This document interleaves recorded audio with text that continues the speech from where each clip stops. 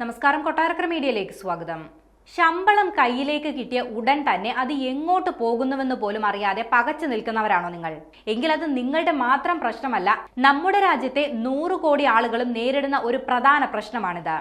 ശമ്പളം കിട്ടിയാൽ കുട്ടികളുടെ ഫീസ്, മാതാപിതാക്കളുടെ മരുന്ന്, വീട്ടിലേക്കുള്ള സാധനങ്ങൾ, അങ്ങനെ 10-ാം തീയതി ആകുമ്പോഴേക്കും പോക്കറ്റ് കാലിയാകും.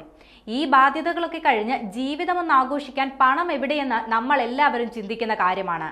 ഇന്ത്യയിലെ ജനസംഖ്യയുടെ ബഹുഭൂരിഭാഗവും ഈ അവസ്ഥയിലൂടെ കടന്നു പോകുന്നുവെന്നാണ് വെഞ്ചർ ക്യാപിറ്റൽ സ്ഥാപനമായ ബ്ലൂം വെഞ്ചേഴ്സിന്റെ പഠനത്തിൽ വ്യക്തമാക്കുന്നത്.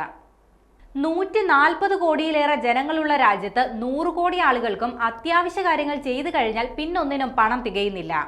നിത്യചെലവുകൾക്ക് പുറത്തേക്ക് എല്ലാം സ്വപ്നമായി തുടരുന്നുവെന്നാണ് സർവേയിൽ പറയുന്നത്. രാജ്യത്ത് സാമ്പത്തിക അന്തരം അസാധാരണമായി കൂടുന്നുണ്ട്.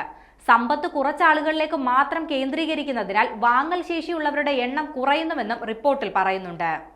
ഇന്ത്യയിലെ ഉപഭോക്തൃ സമൂഹം, അതായത് സ്റ്റാർട്ടപ്പുകളും ബിസിനസ്സുകാരും ഒക്കെ ലക്ഷ്യമിടുന്ന വിപണിയിലെ വാങ്ങൽ ശേഷിയുള്ളവർ 13 മുതൽ 14 കോടി വരെ മാത്രമാണ്. ഇന്ത്യൻ ജനസംഖ്യയുടെ 10% പോലും ആളുകളില്ലാത്ത മെക്സിക്കോയുടെ ഉപഭോക്തൃ സമൂഹത്തിന് തുല്യമാണത്. ഈ സ്ഥിതിവിശേഷം രാജ്യത്തെ കൺസ്യൂമർ മാർക്കറ്റിൽ ചില മാറ്റങ്ങൾക്ക് ഇടയാക്കുന്നുണ്ട്. കമ്പനികൾ പ്രീമിയം ഉൽപ്പന്നങ്ങളിലേക്ക് മാത്രം ശ്രദ്ധ കേന്ദ്രീകരിക്കുന്നുവെന്നതാണ് ഇതിൽ പ്രധാനം. അതായത് സമ്പന്നരെ മാത്രം ലക്ഷ്യമിട്ടുള്ള വിലപിടിപ്പുള്ള ഉൽപ്പന്നങ്ങളിലേക്ക് ബ്രാൻഡുകൾ മാറുകയാണ്.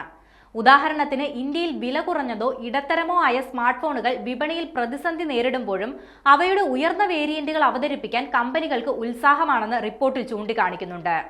നിർമ്മാണ മേഖലയുടെ കാര്യമെടുത്താൽ ഇന്ത്യയിൽ നേരത്തെ 40% മധ്യവർഗങ്ങളെ ലക്ഷ്യമിട്ടുള്ള വീടുകളാണ് നിർമ്മിച്ചിരുന്നതെങ്കിൽ ഇന്നത് 18% കുറഞ്ഞിട്ടുണ്ട്. ബ്രാൻഡഡ് ഉൽപ്പന്നങ്ങൾക്ക് ഉപഭോക്താക്കൾ കുറവാണെങ്കിലും വിൽപ്പന കൂടുന്നുണ്ട്.